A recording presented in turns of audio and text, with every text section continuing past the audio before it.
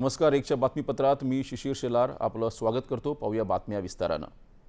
लोकसभेच्या कामकाजाला सकाळी 11 वाजता सुरुवात झाली. लोकसभा अध्यक्ष ओम बिर्ला यांनी प्रश्नोत्तराच्या तासाला सुरुवात केली. मात्र विरोधकांनी विद्यार्थी आंदोलनादरम्यान पोलिसांच्या कथित कारवाईचा मुद्दा उपस्थित केला आणि केंद्रीय गृहमंत्री अमित शाह यांनी निवेदन देण्याची मागणी केली.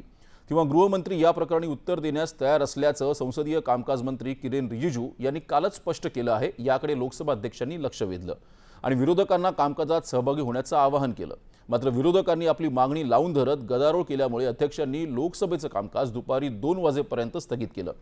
राज्यसभेच्या कामकाजाला सुरुवात होताच गृहनिर्माण आणि नागरी व्यवहार, ग्रामीण विकास, पंचायती राज, परिवहन, पर्यटन, सांस्कृतिक, सामाजिक न्याय आणि सबलीकरण या विभागांच्या संसदीय कामकाज स्थायी समित्यांनी आपापले अहवाल सादर केले. विद्यार्थ्यांच्याच मुद्द्यावर विरोधकांच्या गदारोळातच सभापती CP राधाकृष्णन यांनी शून्य प्रहर घेतला.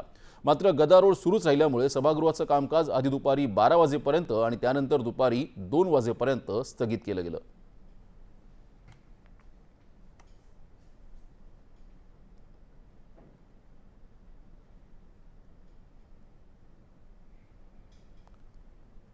दिल्लीत संसद भवन परिसरात रालोआ खासदारांनी विरोधी पक्ष